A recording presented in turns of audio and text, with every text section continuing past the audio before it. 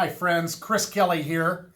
Hey, it's midweek. I figured I'd better get after getting this video out this week since I'm running behind as usual. But I wanted to just quickly go over the stats.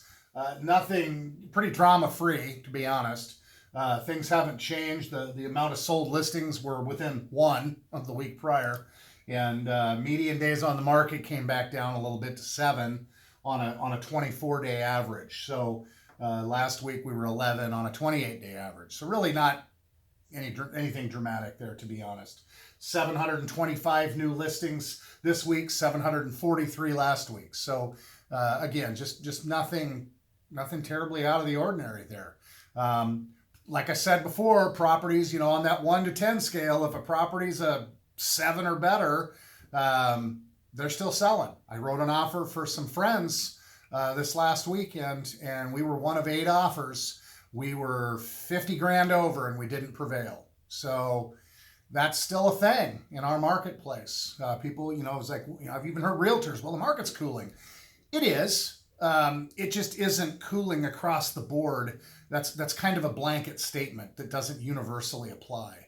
It has cooled in some segments of the market, some property types within the market, certainly price points within the market, but it has not cooled across the board.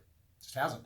So one thing I wanted to chat about this week, it's just been kind of on my mind.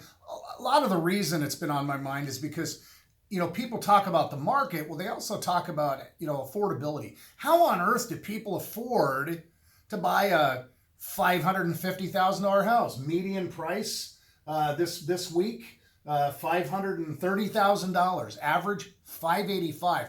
That's Portland Metro. That's not statewide, but still, how does somebody buy a house in Clackamas for $600,000? And so the bigger question behind that is the affordability factor. And really what that means is median income in a metropolitan area or a state versus median sales price in a metropolitan area or a state. So it's a lot easier to do this, Google research by state than it is by metropolitan area. So by state, Oregon is number 46 of 50 in affordability. So we used to be way more affordable than we are today. Now, as a metropolitan area, you've heard me say this before quite a few times in the last couple of years, we are still, relatively speaking, a bargain on the West Coast. But that is compared to other very expensive metropolitan areas. When you look at Oregon as a state, we really have a metropolitan area and then the rest of the state. I mean, Eugene is the second largest city in Oregon, and it's notably smaller than Portland Metro, like dramatically smaller. So Salem even smaller. Beaverton, I think, is number 4. But my point is Beaverton technically is part of Portland Metro. So really, we have the big metropolitan area and then the rest of the state. According to the Goog, the data it's like $312,000 or something is the median sales price. But interestingly enough, the other thing I looked at was median, what was it? The income needed to buy a median house. The median income needed to buy a house in Oregon. And it was $85,406, according to a couple different websites. They were very close. Median household income in Oregon into this year is $62,818. So there's a gap. In and of itself, that sounds like, oh my gosh, how do people do it? Well, remember, first of all, not everybody is a homeowner. So median income and whatnot.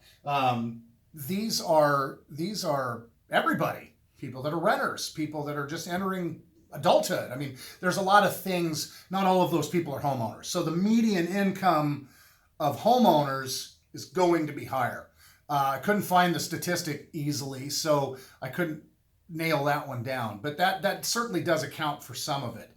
However, it takes more to be a homeowner in Oregon than the median income, household income in Oregon. So that, the amount that gap exists is really the amount that it's more or less difficult to buy a home in a given state, Oregon in this case. So, it's what allows this to keep chugging along. Well, there's still a lot of money in households, and money's been ridiculously cheap. The cost of a mortgage, the interest rate for a mortgage, has up until very recently been in the twos. Now it's, for the most part, in the low threes, really low threes.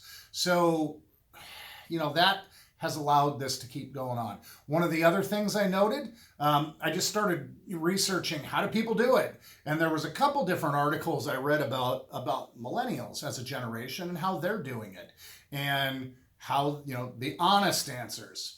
And a lot of that, and I've alluded to this before, but a lot of that is, well, gosh, we got an inheritance, or we got help from the bank of mom and dad, or we stayed at home. This is a lot of it too. We lived at home my wife and I lived at home for 3 years and saved our money and came up with a $50,000 down payment, but it took us 3 years. I read a few versions of that in the responses. Okay, that's, so in a nutshell, people are scratching and clawing and working harder to make it happen. When I became an adult and was able to buy a house and was of that age and income, it was a lot easier. The income versus that affordability issue was way different than it is today in Oregon. So it's harder. It's not impossible. It can be done. And I always say that because I don't want people to be needlessly discouraged. Just because something's hard doesn't mean it can't be done.